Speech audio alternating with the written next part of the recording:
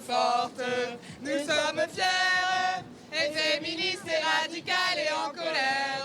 Le féminisme, grande cause de ce cortège anti-extrême droite. Sur les pancartes, de nombreux slogans pour défendre les droits des femmes et des messages visant directement le Rassemblement national. Toutes les choses qui ont pu être votées par le RN sont complètement anti-féministes. Et je pense que c'est encore plus important de donner la parole aux femmes qu'aux hommes dans cette manif. Donc n'hésitez pas à aller voir les copines et les copains aussi.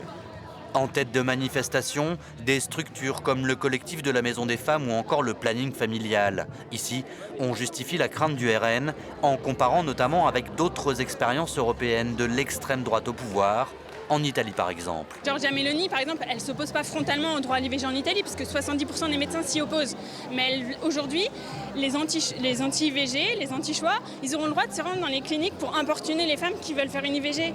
Enfin, c'est extrêmement violent en fait, on ne peut pas laisser passer ça.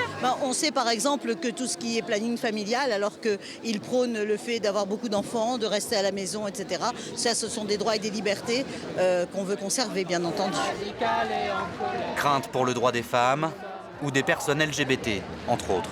La suppression d'aides, l'interdiction de certaines lois qui pourraient empêcher les personnes, je sais pas, par exemple, trans ou féministes d'évoluer dans la société, d'être qui elles sont en fait. C'est hyper dangereux pour toutes les personnes qui sont dans les minorités, que ce soit aussi les personnes queer, les personnes racisées, les personnes pauvres, enfin toutes les personnes qui sont en difficulté en fait.